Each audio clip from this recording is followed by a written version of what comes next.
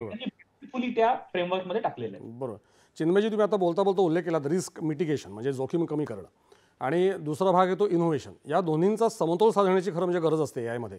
तर या अनुषंगाने मला सांगा की इनोव्हेशन सँडबॉक्सेस म्हणजे काय आणि एआय उद्योगाला सुरक्षितपणे नवीन प्रयोग करण्यासाठी यामधून कशी मदत मिळू शकेल?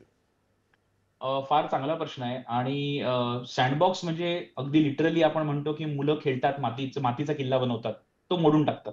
बरोबर आहे. बरोबर.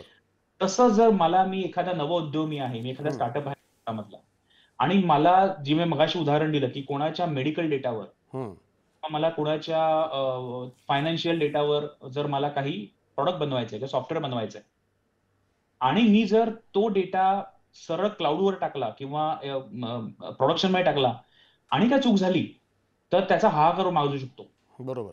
सरकार काय म्हणतंय, की तुम्हाला आम्ही खेळायला एक म्हणजे सँडबॉक्स जसं लहान मुलांना देतात मातीचा किल्ला बनवायला, हं, आम्ही तुम्हाला एक सुरक्षित एन्व्हायर्नमेंट देऊ हं, क्लाउडवर, हं. जे आमच्या इंडिया ए मिशनच्या सर्व्हरवर असेल. बरोबर. हे तुम्ही डमी डेटा म्हणजे ट्रायलसाठी डेटा वापरा. तुमचं ॲप्लिकेशन बनवा. ते जर सक्सेसफुल झालं आणि ते तुमच्या 7 सूत्र आणि 6 स्तंभ याच्यामध्ये जर व्यवस्थित ते ऑडिटमध्ये पास झालं, बरोबर. तर तुम्ही ॲक्चुअली ते लोकांपर्यंत घेऊन जा पब्लिक डोमेनमध्ये. बरोबर.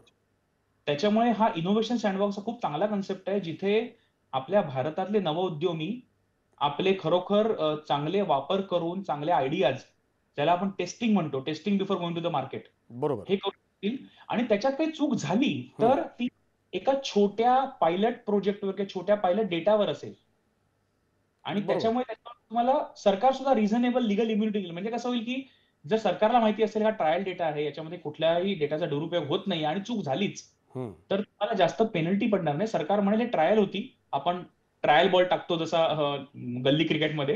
हं. ती ट्रायल सक्सेसफुल झाली, तर मग रिअल बॉल चालू करायचे असं आहे ते. बरोबर. चिन्मयजी, तुम्ही सुद्धा एआय तज्ञ आहेत